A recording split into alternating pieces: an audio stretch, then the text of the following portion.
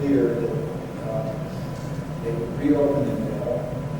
That became tense. There was a strike and picketing. And my grandfather made it clear in negotiations this would not reopen on a closure basis. And ultimately, they restored the pay and reopened the mill gradually and brought everybody back. But the cover story that it was market conditions for the stock market fall was not the case, really. It was because of the standing fight. And my father settled it. And then after that, he came in favor, I think, with the Thompson brothers, who were in charge in Ohio. He showed his tough side and made him president of the Canton Fiber Company, and then the two companies were years later. The other side of my grandfather that people can't I've lost where I am in this last story. My grandfather was an inventor and an expert furniture maker. He had 3 patents in his name, 2 relating to Canton work, and 1 for a stand for luggage. Very creative man. This was another of his inventions that, and he built more elaborate things later on, like allowed my grandmother to have pretty sick. She would sit in one of these devices and had plastic in the front to keep them warm. They had one at their house in Florida. This is my grandfather and my father with business papers, obviously discussing champion business in one of these devices, a great book. He also made these little paddle wheels for the kids to enjoy to paddle around the boat. That's my oldest brother, Reuben, the diving board. That's me in one of the paddle wheels. So the other thing he did, he became an expert furniture maker. He had an impressive shop, woodworking shop in his house in Asheville. And this is one of the guest chairs, which are now collector's items for the family. We have 3 pieces. These 2 chairs, and this was. He was an incredibly accomplished man. You know, I knew about his furniture a bit, and then come to admire it a lot more. And his ability in the shop. There was an article in the Asheville Citizen back in the 50s that about his inventions, his woodworking, and he attributed this going into his sideline so he could avoid my grandmother's originals.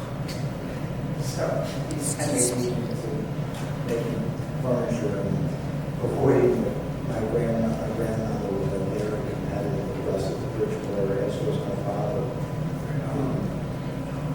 And he didn't like it. My father was buried in Cincinnati. There's a Robertson family plot with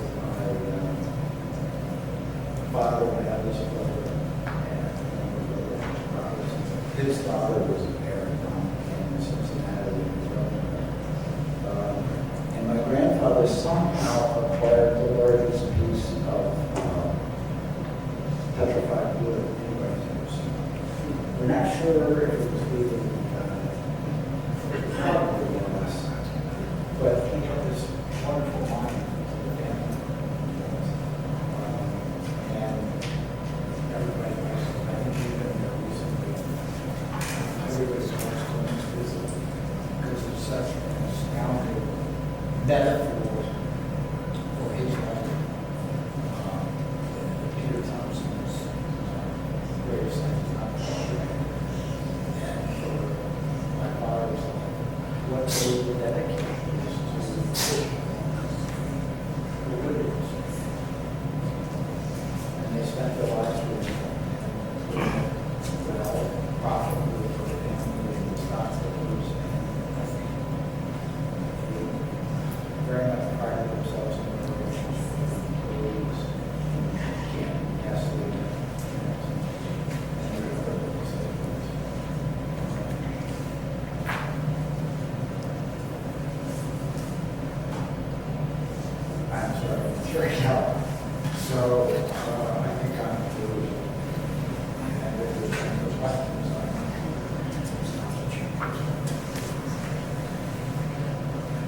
very much.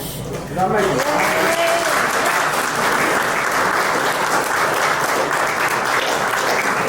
Just quickly, my name is Richard Hurley. I think you're all easy folks because I grew up over here. But I wanted to meet this gentleman for quite some time, so I saw his phone number and I called him up Friday. And I said, my name is Richard Hurley. I'm over here in Asheville, North Carolina. And I said, I've had an association with your grandfather. He said, what? Wow, tell me about it. And I said, well, when I was a little Boy Scout, about 14 years old, we dedicated the Robertson Lodge at Camp Canton. Peter had not heard about the Robertson Lodge. So I told him all about it right after his father had passed away. This lodge was dedicated in his memory. It's still a functional part of Camp Daniel Boone today. Trivia piece number 1. Trivia piece number 2, he and I had a nice conversation about Jimmy Haney. How many of us remember Jimmy Haney? Everybody in the room remembers Jimmy Haney. Those of you who are new to the area, he was a world champion folk singer back in the early 50s, and he used to entertain the guests and customers and so forth up at Lake Logan for many, many years. And Jimmy and I worked together at the radio station WPTL many, many years ago. I'm bringing up Jimmy today because this happens to be the 36th anniversary of his passing was today. Jimmy Haney passed away 36 years ago. The other, which was the 1987, August the 21st. The other significant part is when you're verse 36, you get 63. That was his age at the time. So the spirit of Jimmy Haney is with us today. Are you through today? My brother, my younger brother, discovered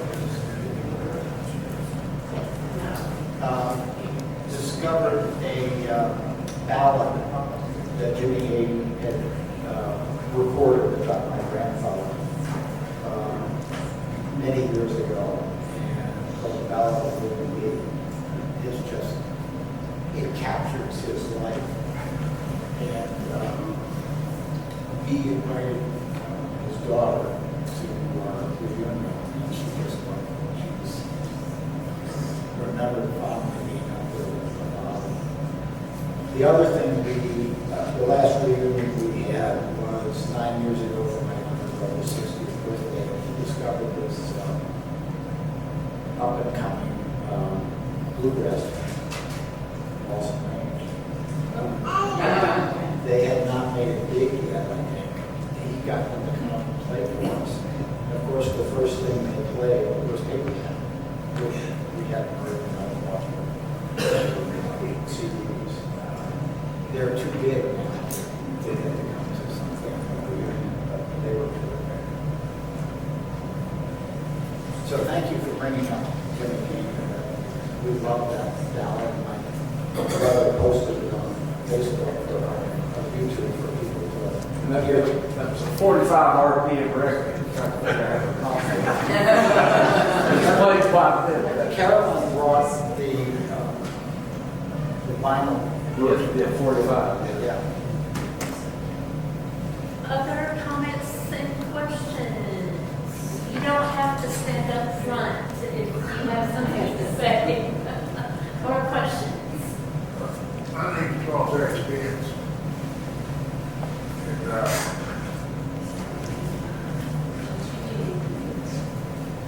think it's all their experience. My grandfather, Harry Smith, came here, maybe around 1909, and the Robertson was built. And my other grandpa, Kurt Meinhardt, worked here for, I don't know how many, he run these big roads around. And my mother worked here in 1945. Yeah, my mother worked here in 1945. And, you know, Reuben Ross, Gardner's grandpa, and he also was a butler, was trying to swear to finish get a record. My daddy worked here long Spence for 49 years. And I worked here 34.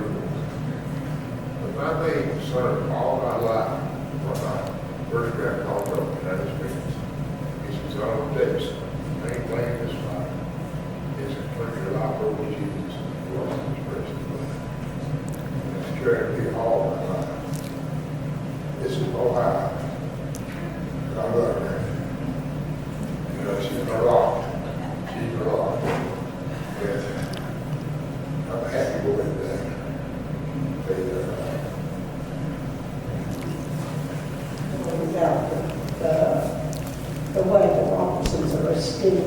here.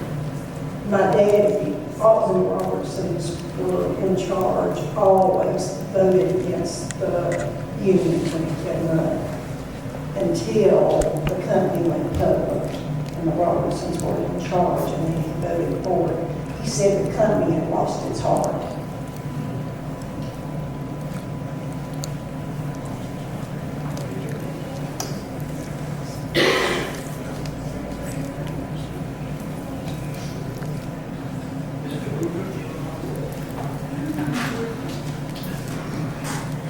Anyone else?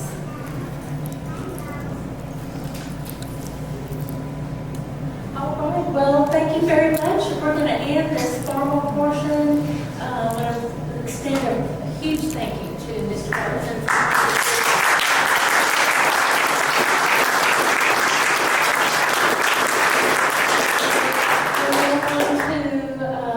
Browse, there are a few snacks available. We have a few books on the history of Hayward County and Canton that we've checked out. We don't have Carol's. Carol's is checked out right now, so we can't. And thank you very much. Carol's book is wonderful. Yes. It is. Yeah. Thank you.